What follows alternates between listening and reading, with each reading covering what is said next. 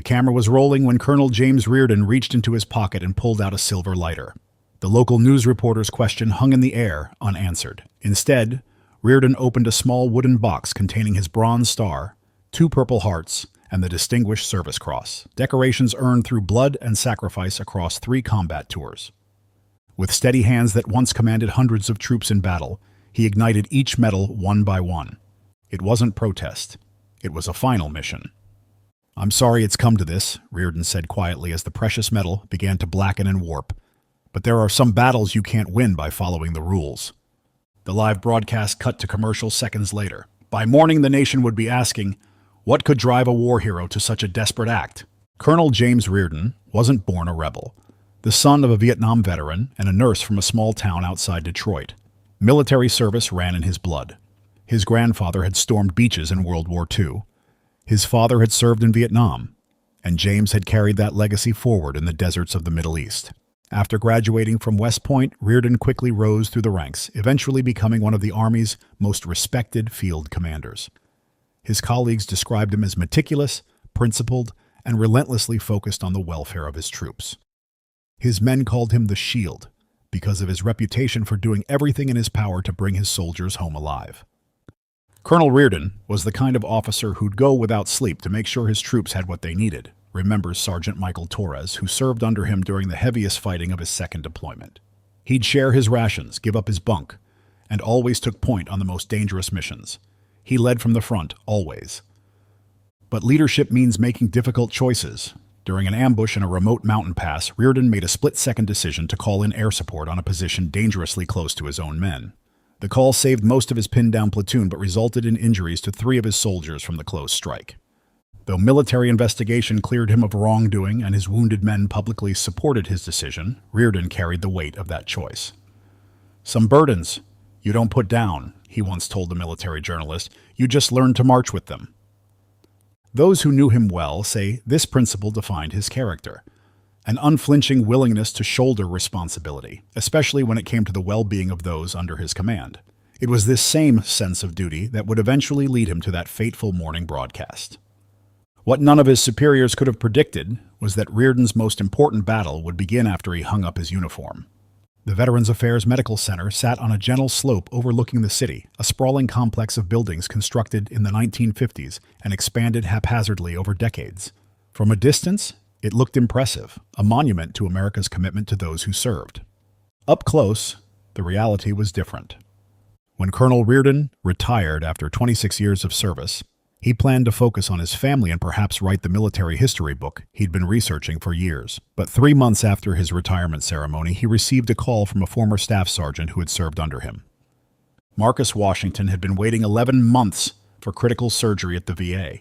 His condition was deteriorating, but he kept getting bumped from the schedule. Something about administrative delays. Would the colonel be willing to make some calls? Reardon did more than make calls. He drove Washington to the hospital himself, expecting to cut through bureaucratic confusion with the kind of direct problem-solving that had served him well in uniform. What he discovered instead was his first glimpse of a system in crisis. The colonel walked into that hospital like a man on a mission, recalls receptionist Diane Powell. He was so certain he could fix things with the right word to the right person. I remember thinking he had no idea what he was walking into. The surgical delay wasn't a scheduling error.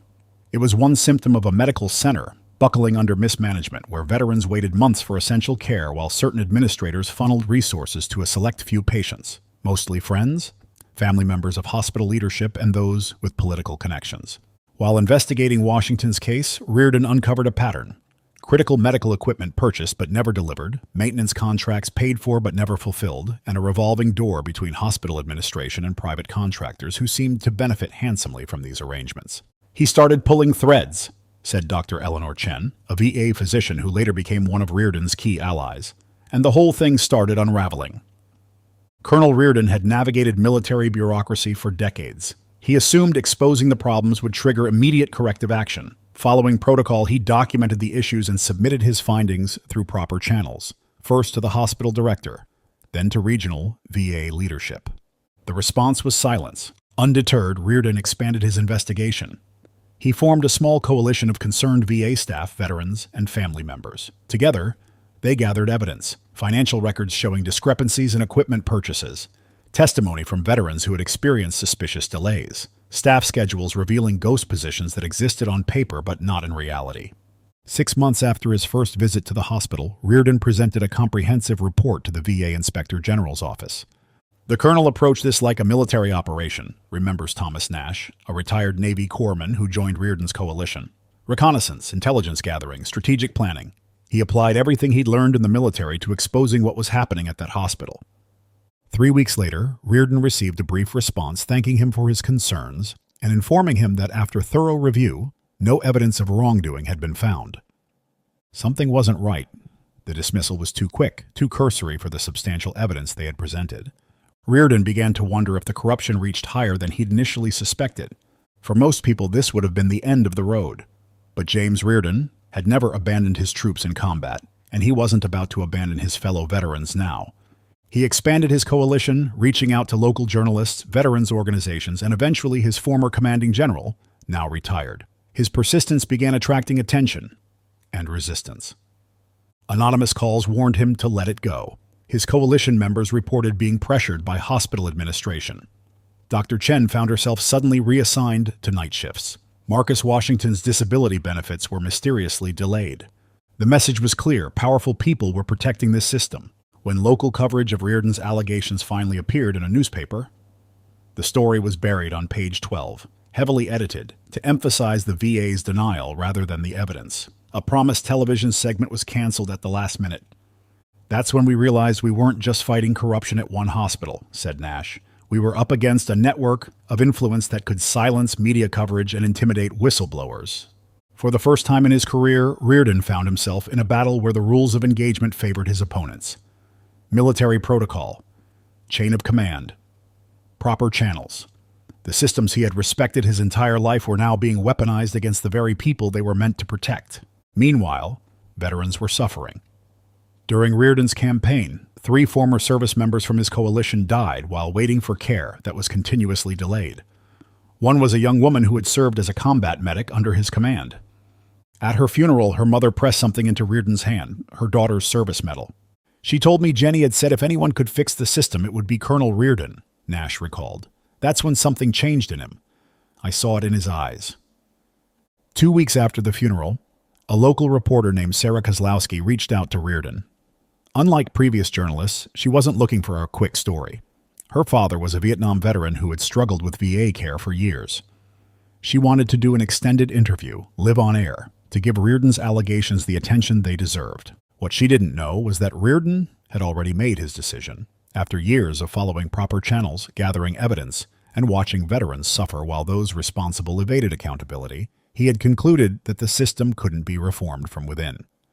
To break through the wall of silence, he needed to do something the media couldn't ignore. The morning of the interview, Reardon arrived at the studio wearing his dress uniform for the first time since retirement. He brought with him a small wooden box containing his medals, each one representing blood spilled and sacrifices made. We were discussing the latest denial from VA leadership when he suddenly went quiet, Kozlowski later recounted. Then he asked me, "Do you believe the American people care about what's happening to their veterans?" Before I could answer, he reached for his pocket. What happened next was broadcast live to thousands of homes. "These medals represent my service to this country," Reardon said, opening the wooden box. "I earned them doing what I believed was right. But today I find I can serve my country and my fellow veterans better without them." He removed each medal individually, naming the battles and fallen comrades associated with each one. Then he set them ablaze, one by one. "This isn't about disrespect," he continued as the precious medal blackened. "This is about holding our institutions to the same standards of honor, courage, and commitment that these medals are supposed to represent." The broadcast cut to commercial, but not before viewers witnessed the Distinguished Service Cross, the nation's second highest military honor, melting in Reardon's steady hands. By evening, the video had spread across the country. Veterans groups were divided. Some condemned the act as disrespectful.